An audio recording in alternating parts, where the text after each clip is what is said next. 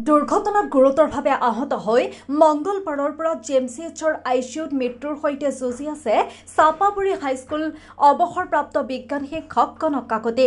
2024 বৰ্ষত অৱসৰ লোৱা কনক কাকতি দুচকীয়া বাহনেৰে হাইস্কুল শিক্ষান্ত পৰীক্ষাৰ বহি মূল্যায়নৰ বাবে গৈ আছিল পাতাৰকুছিলৈ। পাঠশালাৰ সমীপত তীব্ৰবেগী বালি কঢ়িওৱা ডাম্পাৰে মহতিয়াই নিয়ে পাঠশালাৰ নিকটৱৰ্তী ননলা গাঁৱৰ বাসিন্দা কনক কাকতিক।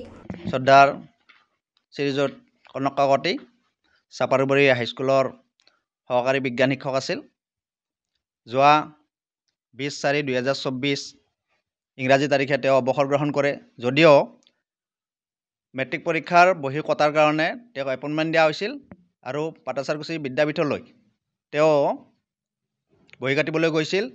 ঠিক ৰাতিপুৱা 9:30 বজাৰ লগে লগে প্ৰত্যক্ষদৰ্শীৰ ভাষ্যমতে তেওঁক এখন বালি ভৰ্তি ডাম্পাৰে মহতিয়াই লৈ যায় ডাম্পাৰখন অইনফালে গুচি যায়। তেওঁ পৰি থকাৰ পিছত তেওঁক প্ৰত্যক্ষদৰ্শীয়ে ততাতৈয়াকৈ 108ত খবৰ দি পাঠশালা চিভিল হস্পিটেললৈ লৈ যায়। তেওঁৰ জখম গুৰুতৰ দেখি 108ৰে তেওঁক বৰপেটা মেডিকেল কলেজলৈ ৰেফাৰ কৰি দিয়ে। বৰপেটা মেডিকেল কলেজত তেওঁক 2 ঘণ্টা সময় চিকিৎসা কৰি তেওঁক উন্নত চিকিৎসাৰ বাবে গুৱাহাটীলৈ পঠিয়াই দিয়ে। যদিও গুৱাহাটীলৈ পঠিয়াই দিয়ে, তেওঁলোকে চৰকাৰী হস্পিটেলত ভৰ্তি নকৰিলে। উত্তৰ গুৱাহাটীত থকা GNRCত তেওঁক উন্নত চিকিৎসাৰ বাবে ভৰ্তি কৰায়। তেওঁ এতিয়া মৃত্যুৰ সৈতে যুঁজি আছে। ডাক্তৰ নাৰ্ছ সহিতে সকলোৱে তেওঁক অহৰহ চিকিৎসা কৰি আছে। যদিও তেওঁ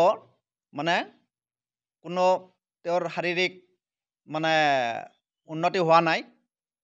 গতিকে আমি আটাইয়ে বিদ্যালয়ৰ ফালৰ পৰা সমূহ শিক্ষক শিক্ষয়িত্ৰী আৰু ছাত্ৰ ছাত্ৰী বহুতো হিতাকাংক্ষী লোকে শ্ৰদ্ধাৰ কাকতি ছাৰৰ আশু আৰোগ্য কামনা কৰিছোঁ, যাতে ভগৱানে তেওঁক সুস্থ শৰীৰে হস্পিটেলৰ পৰা ঘৰলৈ আনিব পৰা যায়।